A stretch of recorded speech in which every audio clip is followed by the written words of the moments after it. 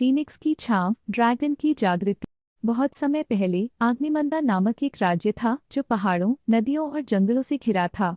इस राज्य पर राजा सूर्यवर्ण और रानी चंद्रमुखी का शासन था, जिनकी एकमात्र बेटी थी राजकुमारी ईरा। लेकिन राज्य के उत्तर पर्वत के कोहरे में एक ड्रैगन छुपा था, जिसे सभी डरते थे पर कोई उसकी असली कहानी नहीं जानता था। राजकुमारी ईरा को पुरानी पुस्तकालय में एक पांडुलिपि मिली जो ड्रैगन और उसके साथ जुड़े फीनिक्स के बारे में बताती थी। पांडुलिपि में लिखा था, ड्रैगन अग्निदान का जीवन फीनिक्स की आग और शांति से जुड़ा है।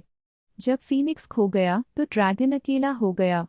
ईरा ने सोचा, अगर ड्रैगन हमारे रक्षक थे तो हमें उन्हें वापस लाना होगा और दिखाना होगा कि हम उनसे प्यार करते हैं।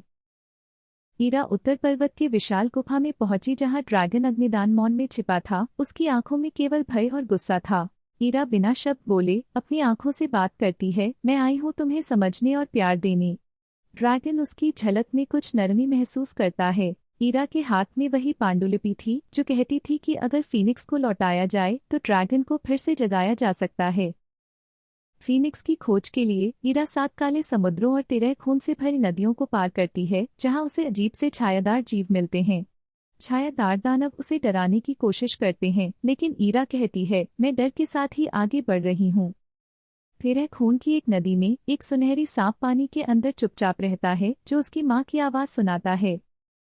सांप कहता है, माँ की गोद में लौट आओ। ईरा जवाब देती है, मैं लौट जाऊंगी, लेकिन फीनिक्स लेकर।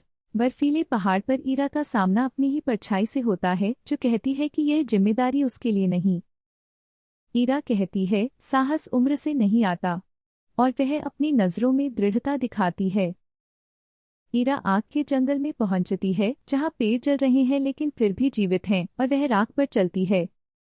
अंत में वह आग की एक गुफा में पहुंचती है, जहां एक जलती हुई अंडा रखी होती है। ईरा चुप रहती है और अपने दिल को खोलती है। तभी अंडा फटता है और एक अद्भुत फीनिक्स प्रकट होता है। फीनिक्स कुछ कहता नहीं, लेकिन उसकी छाया से गुफा में एक नीरव प्यार फैल जाता है। ईरा फीनिक्स के साथ लौटती है और गुफा में ड्रैगन अग्निदान की ओर बढ़ती है, जो स्तब्ध रह जाता है।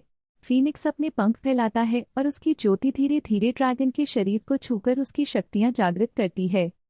ड्रैगन के आंखों में फिर से चमक लौट आती है और गुफा उजाले से भर उठती है। उनका कोई शब्द नहीं, पर गहरा बंधन बनता है। तभी अग्निमंदा राज्य पर ग्रालान नामक साम्राज्य ने हमला किया और राजा घायल हो गए। पूरे राज्य में आतंक फैल गया। आकाश में अचानक प्रकाश चमका, फीनिक्स उड़ता हुआ आया। उसके पीछे विशाल ड्रैगन अग्निदान ने अपनी शक्तिशाली छाया फैलाई।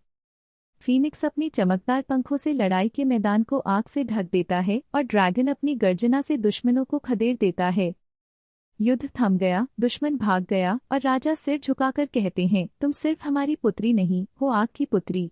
ईरा के साथ फीनिक्स और ड्रैगन खड़े हैं, अनकहे शब्दों में कहते हैं, हम यहाँ हैं जब तक साहस तुम्हारे दिल में है।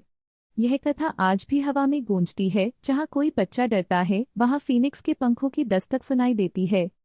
फीनिक्स के पंखों की खुशबू और एक नीरव गर्जना हवा में साहस भरती है हर दिल में। क्या तुम तैयार हो अपनी खुद की आग खोजने के लिए? साहस के साथ उस सफर पर निकलो, जैसे राजकुमारी ईरा ने किया था।